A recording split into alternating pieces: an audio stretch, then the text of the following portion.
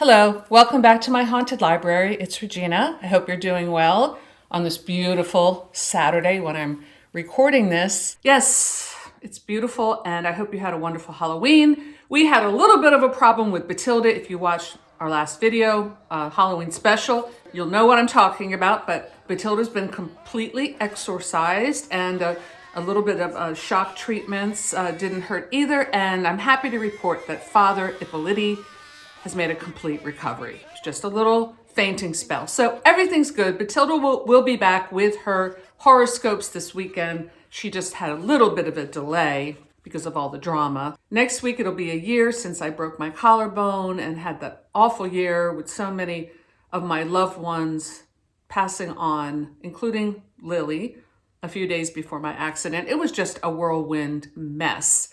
So I feel like this past year has just been, I've been in recovery while I've been also writing and doing all my usual stuff. So that's where I'm at. But yes, so the book comes out this Friday and it's called Starlex. This is book one in my two-part so far. I think I'm going to try to do 4 books in this series. So I have a large cast of characters. It's kind of Game of Thrones-esque in that there are multiple POVs working throughout the whole story. I have some gay and lesbian representation in there, which I'm proud to include.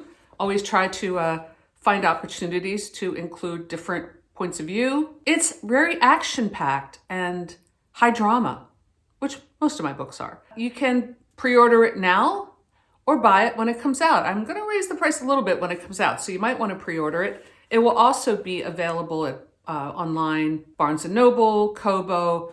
I am distributing it wide, at least for now. So that's Starlex, and I'm slightly exhausted from getting this book ready to put out. You know, there's always last minute stuff to do, not to mention all of the stuff with trying to promote it.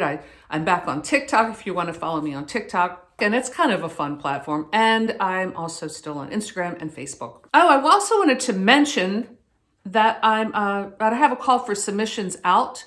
Haven't even had time to really talk about it, but the new Bookworms is going to come out in January, and it is all about apocalyptic horror. Anyway, so that's coming up, and if you're interested in submitting a story, I'll link my website below so you can find out all the details. One of my favorite novels is, of course, Frankenstein, which I just reread. Joe and I went down to Philly. We drove through all that nasty traffic and saw the movie on the big screen because it was only playing in one theater in my vicinity. And I'm so glad I saw it. I know it's now probably streaming on Netflix. I do have Netflix, so I'll probably watch it again. But really, really loved it. It's an interpretation of the book. It deviates from the book in quite a number of ways. It's the director, Guillermo del Toro. It is his vision of the book. And I enjoyed the themes that he chose to play up. If you haven't seen the movie, I will be giving a couple things away, so just to let you know. But it plays on the sins of the father, which was a great theme to explore. And it also really leaned heavily into the Gothic elements and the romance, meaning not romance, like kissy-kissy romance, but in the romantic movement about the humanity and the suffering and the emotionality of being. Really explores that in the character of the creature, which to me was the strength of the whole movie.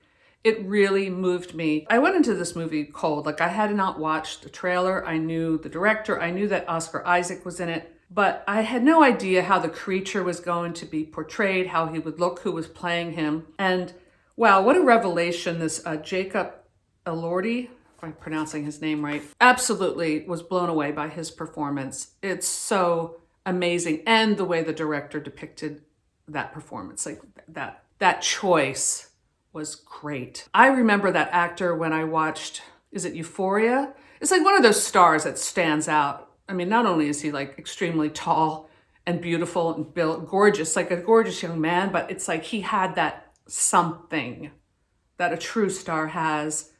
And I think his star is going to fly after this movie. Like, just an incredible performance. The rest of the cast is good, I would say, with the exception of Mia Goth. Now, I'm going to go out on a limb a little bit because I know a lot of people love her. I also think she's fantastic in the other movies that I've seen her in, the horror films, all of it. I love the way she looks, and she looks stunning in this movie. The costumes are top notch. Poor costume designers never get any kind of recognition, but they are so good and so clever. Like her wedding dress has ribbons that are reminiscent of the bandages on the Bride of Frankenstein in the old movie. I feel like they could do a part 2 in this story with Elizabeth and the creature, because it starts to play up this romance between these two, which might have worked if Mia Goth's performance wasn't just so completely flat.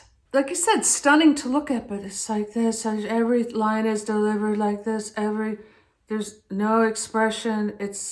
I don't get it. If that's the thing, I don't get it. But that might just be me. Anyway, overall, I love this movie, and I highly recommend you see it. So it just is another great Frankenstein, and I know there's a new Dracula coming out, French version, and I can't wait to see that. I also wanted to mention that our dear D.L. Tillery is hosting, along with Edie Lewis, Aphrodite Lee, and maybe someone else, I don't know, because I'm just kind of catching up to it, are doing a reading challenge all about werewolves. It's called Howls and Haunts, an Autumn Werewolf Challenge. So I love this idea. I'm going to link DL's video below on her announcement so you can read the prompts and everything. So I went through my shelves because I'm also trying to do the read what you own a little bit. So I went through my shelves to try to find some Wolfie books, and I didn't find much that I hadn't already read. I did find my Wolfie book. Might as well plug it. Red Masquerade. This is a paranormal romance set in the world of ballet with werewolves. Yeah, you can buy the ebook on this on Amazon for 99 cents if you want to check it out. It's not that long. It's a lot of fun, and it's the first in a 3-book series. But I did find this horror anthology that I picked up when I went to StokerCon a couple years ago, and this is called Howl is Hell.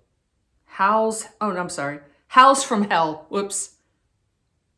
Little fun, I guess, looks like an independent published book, or maybe not, maybe small press. Forward by Grady Hendrix. So this gives me a chance to pull a book off my shelf that's been gathering dust for years, and I like it when I can read something new and also maybe a little more independent authors, less well known. Of course, Grady Hendrix is well known, but you know what I'm saying. I'm going to dig in and see how far I get. Then I will also try to follow some of the prompts and see what else I can come up with. So let me know in the comments below if you've seen Frankenstein, if you plan on participating in this reading challenge.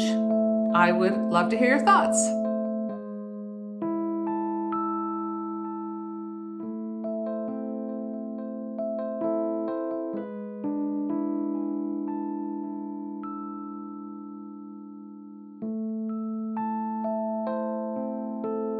So that's all I have for today. Thanks for stopping by my haunted library, and I'll see you soon. Bye.